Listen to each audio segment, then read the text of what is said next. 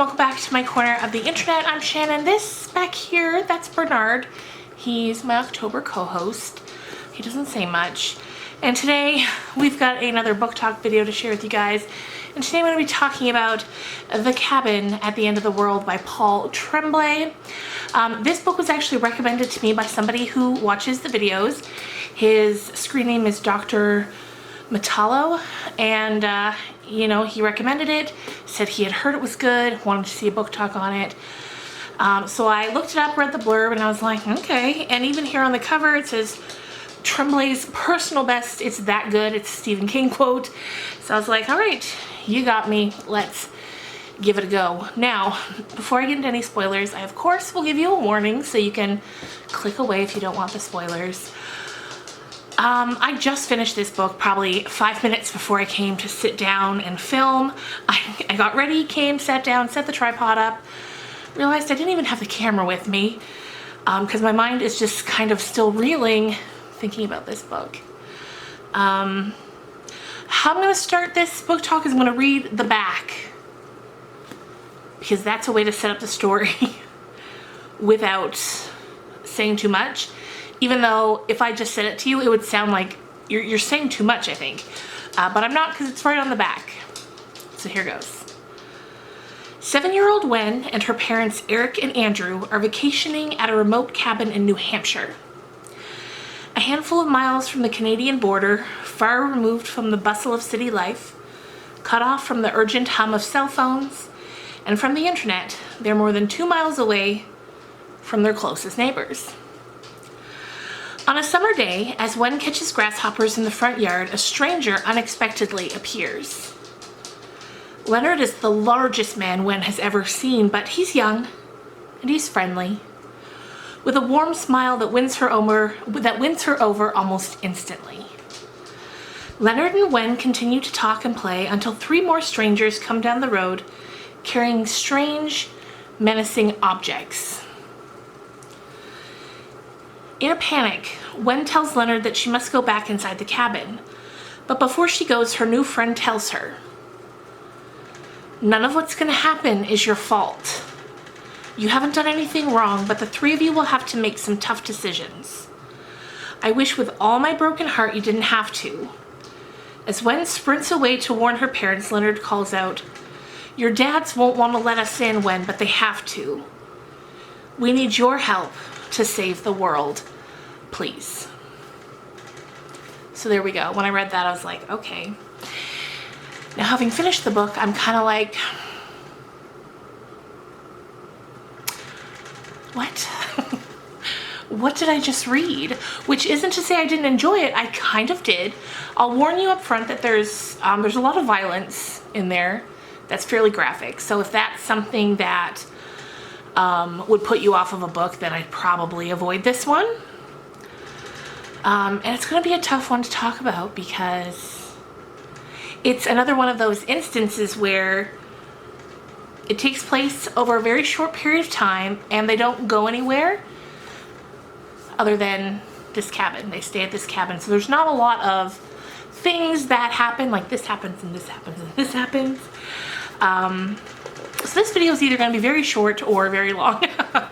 I'm not sure which way it's going to go yet. Like it said on the back, Wen's a little girl. She's a little sweetheart. She's outside playing in the yard. Her dads are in the backyard. She's in the front yard. She's catching grasshoppers, putting them in a little container. She's got a little notebook or some paper where she's giving them names, estimating their size, just very scientific, keeping track of everything, and it's very adorable. Leonard approaches, she starts talking to him, so already, because we've read the back of the book, we know what's about to happen. So right off the bat, because we know what's about to happen, the tension kicks in immediately, and that really just adds a whole nother layer to the story. The tension is high throughout the entire book. So he comes, they're chatting, he helps her catch some grasshoppers. You get the feeling that although you know a home invasion is about to happen, you get the feeling that Leonard seems fairly genuine in his like for this little girl, and that will continue through the story. So the other 3 strangers approach. It's 2 women and another man. So there's 4 of them all together. There's Leonard, Redmond is the other man, and then there's Adriana, I think, and Sabrina. And they're all dressed very similar. They're wearing button-downs and pants that, in a sick way, almost looks a bit like a uniform. And they tell her that they're gonna have to go inside, and the 3 of them, her, dads, and her, are gonna have to make a tough choice. So at this point, we don't know what it is, but we know that a home invasion is about to happen. So when they finally get inside, it's a struggle, of course, because you're not gonna let 4 strangers come into your cabin for fun, you know? I certainly wouldn't. If 4 strangers were at the door and said they needed to come in, and it was very ominous and intimidating and just weird, I would not willingly let them come in. So eventually they do get inside, and that's where they begin to tell the family why they're there and what's gonna happen. So I'm gonna tell you why they're there, and then we'll get into the spoilers. So I don't think this is a spoiler. It's just why they're there. So Leonard tells them that they are there on a mission from God. They've all had mutual visions of the world ending unless they were to come to this exact location. He tells them it's not personal. He doesn't know them. He's never heard of them or seen them before. But they all, coming from all different parts of the country, they didn't know each other before this weekend. They all met on the internet because of this shared vision. All bought plane tickets to come to New Hampshire, to this exact location that they had all seen in a dream. And they tell Eric and Andrew, the dads, that they tell them that the reason they're there is because one of them needs to willingly sacrifice themselves, or else the world is going to end. And if they don't do it, they will live. When the world ends, everyone will die except for them, and they will have to live for a while in the aftermath to be tortured by what they caused by not sacrificing one of them. So that's a lot to take in. And now, of course, immediately, so they're like, go ahead, pick one of you. And of course, everyone's freaking out. Leonard says to Wen, the little girl, she's like, you know what? He's like, you know what? Don't worry. Like, they're not going to pick you. Even if they tried to pick you, I wouldn't let them. So he's trying to comfort her. And, you know, he tells them, you know, we're not here to hurt you. We're not going to hurt all of you. But you need to pick which of you will be sacrificed. So, of course, Eric and Andrew are like, we're not doing that. So, whoops, I guess the world's just going to have to end. I guess now would be a good time to sort of give you the spoiler warning, because from there it's really going to kick off, and if you want to not know anything else about this going into it, definitely click away now.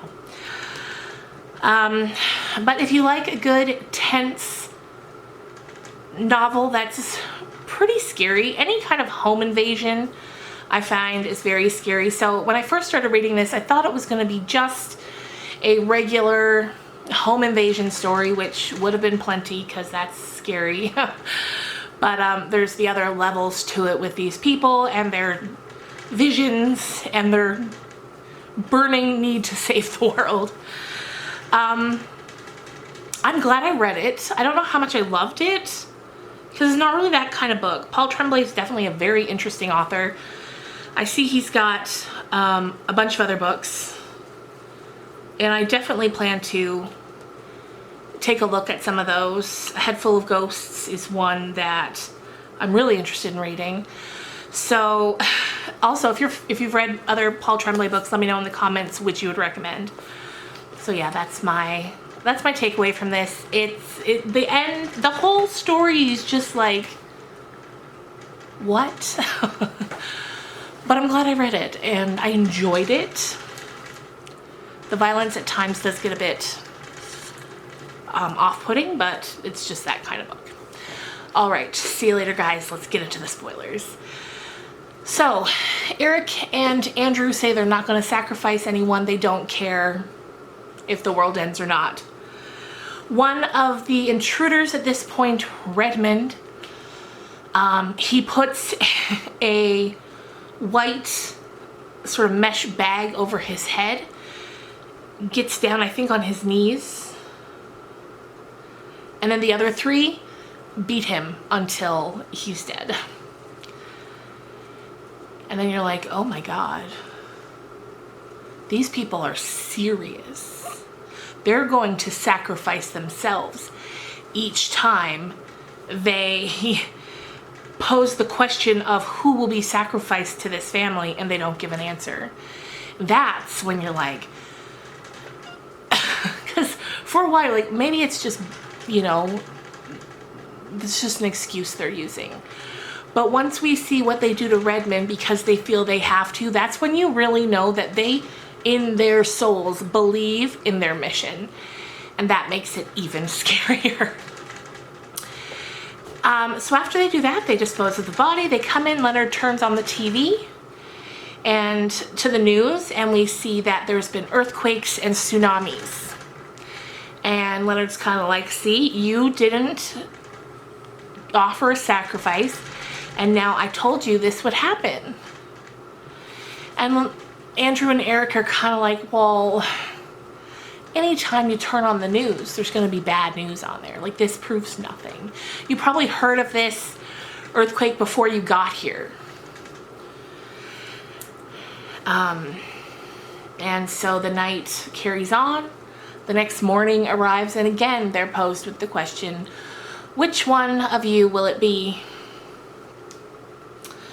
And again, they're like, we're not going to choose. It doesn't matter how many times you ask, we're not going to choose. Shortly after that, the dads manage to get their hands untied because they're bound to chairs. Wen's is just kind of left to roam around because she's just a little girl, and Leonard doesn't want to scare her too much. So the dads manage to get their hands untied, and Andrew manages, because there's a bit of a tuffle, some of them are fighting.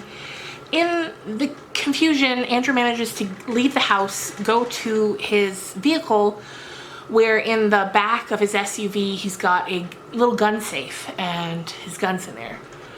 So he gets the gun, he comes back into the house, and now they kind of have the upper hand because they have the gun. And just so much is happening. Even though like nothing's really happening, so much is happening.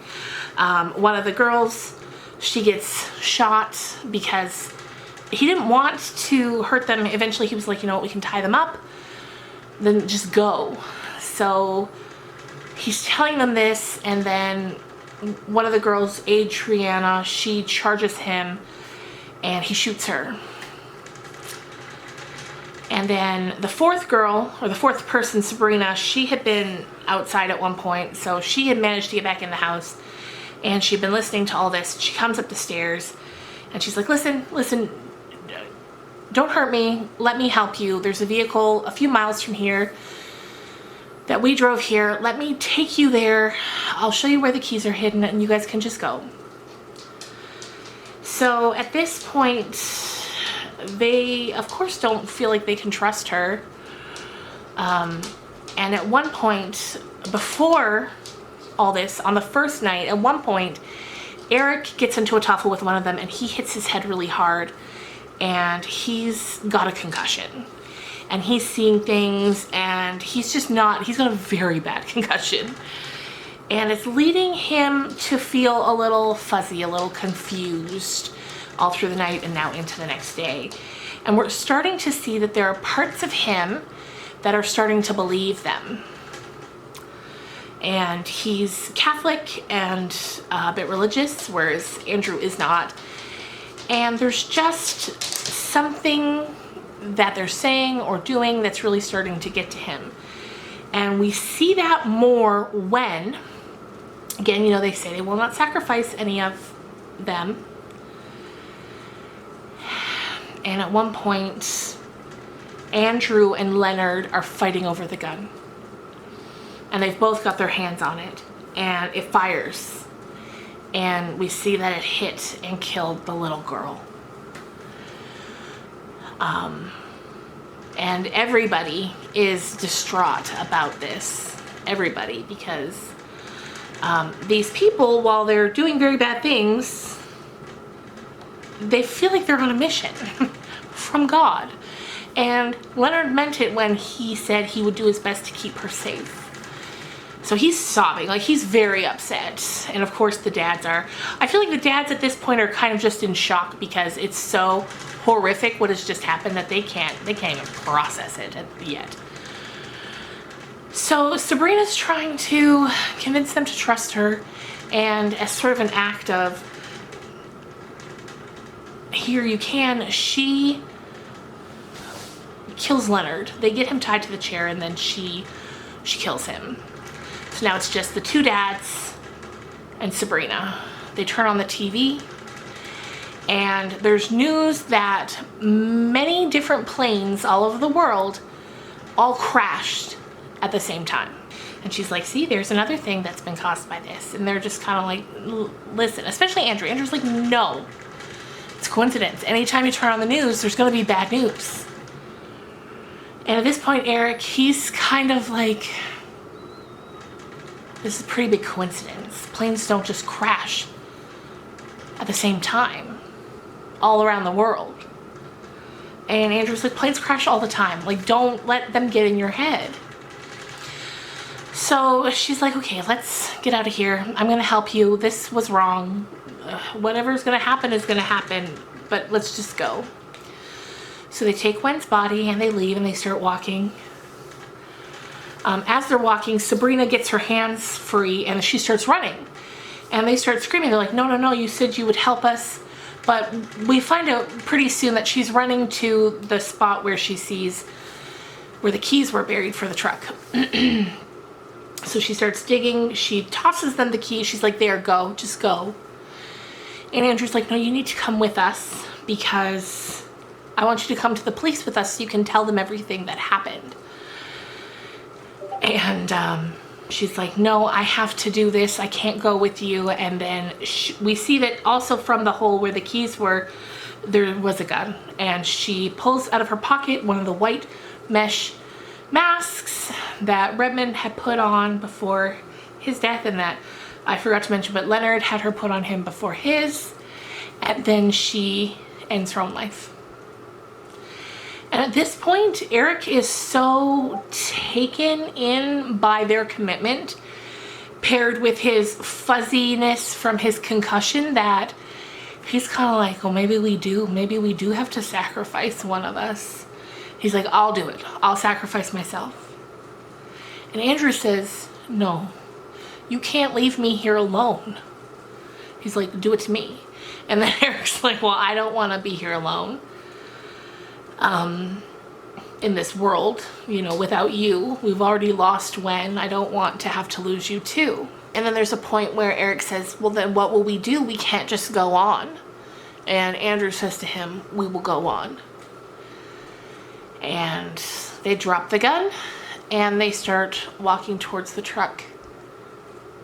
And it's over. The end.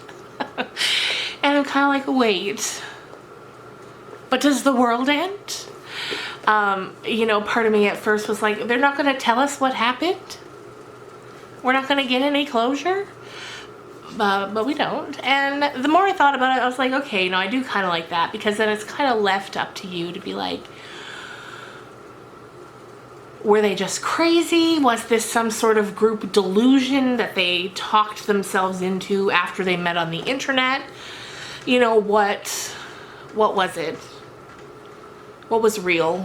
What wasn't? What happens after? I guess it doesn't matter what happens after. All that matters is what happened before. And it's just wild. There was multiple times while reading too, I kept imagining the police coming across this scene with Sabrina on the road and then inside just carnage inside. They're gonna be like, what the hell happened here? But I assume Eric and Andrew probably go to the police and explain it all. I don't know, because we're not told.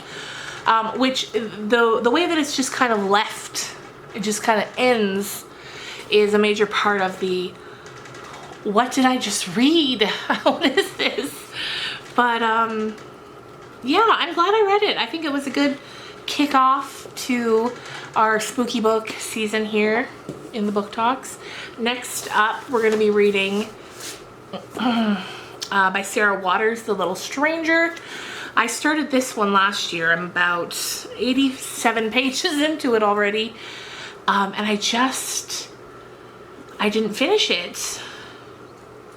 I'm going to finish it this year. It's a spooky one too.